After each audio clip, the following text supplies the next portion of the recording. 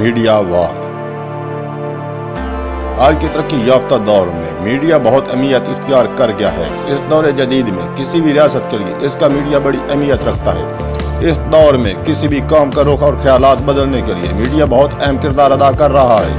جہاں تمام سیاستدان اپنا موقف عوام تک پہنچانے کے لیے میڈیا کا سہارا لیتے ہیں، وہیں ریاستیں بھی اپنے مفادات حاصل کرنے کے لیے میڈیا کا سہارا لے رہی ہیں۔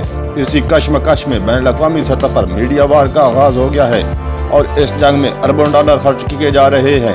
یہ میڈیا کا فن ہے کہ وہ ہماری سوچ بدل کے رکھ دیتا ہے اور ہمیں محسوس بھی نہیں ہوتا۔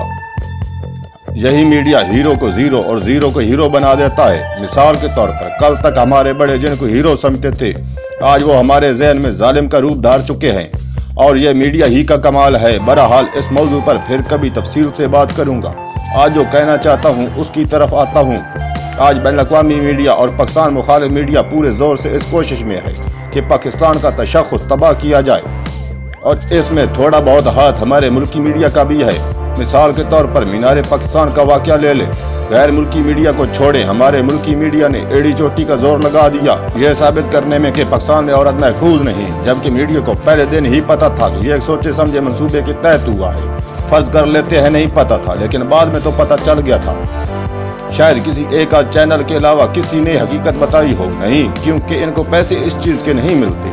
غیر کا میڈیا تو ہمیں برا کہے گا ہی، لیکن ہمارے اپنے میڈیا کی بھی کیا بات ہے؟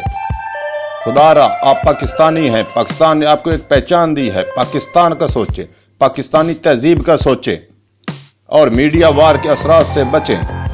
پاکستان زندہ باد، والسلام۔